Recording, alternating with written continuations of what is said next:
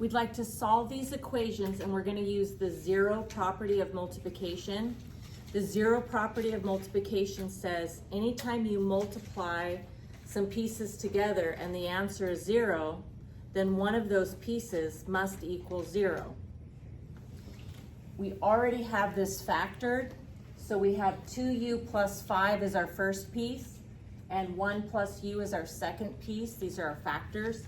So we're going to have two things that multiply together to get 0, and the only way that happens is if one of those factors is equal to 0.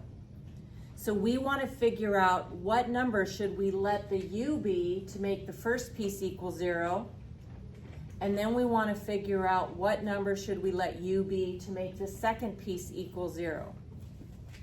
So ultimately, once it's in factored form, you're going to set each of these factors equal to 0 and solve. Solving this one, I'm going to subtract over 5, and then I'm going to divide by 2. And when I divide by 2, I end up with negative 5 over 2. So if we were to substitute negative 5 over 2 into 2u plus 5, we get 0, and 0 times anything is 0. Okay, then 1 plus u equals 0. Let's subtract 1 from both sides, and we get negative 1. So if we substitute negative 1 back up here, 1 plus negative 1 is 0, and anything times 0 is 0. Okay, so this guy here, it's already in factored form, so we have two factors. So these two pieces that multiply together to get 0, the only way that happens is if one of those pieces is equal to 0. So let's find the number or numbers that make the pieces equal 0. So we do that by setting each of these factors equal to 0. 2v plus 5 is 0, and 6 minus v equals 0. Let's solve. So I'm going to subtract 5 from both sides, and then divide by 2. And I end up getting v is equal to negative 5 over 2. And then here, the quickest way to get v by itself would be to just add v to the other side. And I end up with v equals 6. Otherwise, you'd have to subtract 6 and then divide by negative 1. So here are our answers. This first number makes this first factor equal 0, and 0 times anything is 0. And the number 6 makes the second factor equal 0, and any number times 0 equals 0.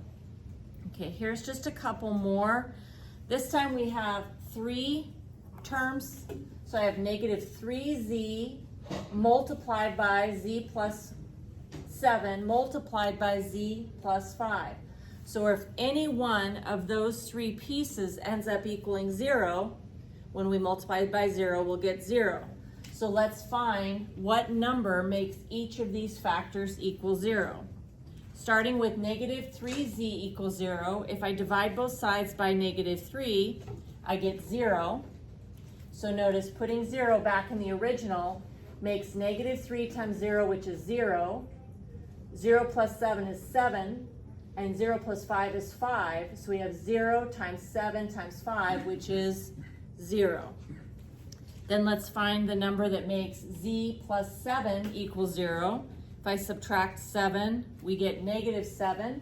So negative 7 makes that factor equal 0.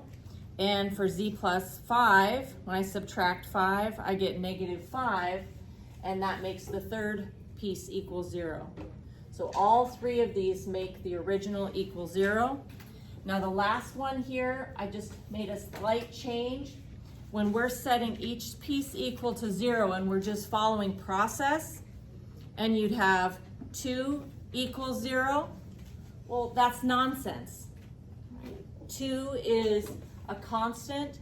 There's no way to make it 0. So this does not lead to any solutions.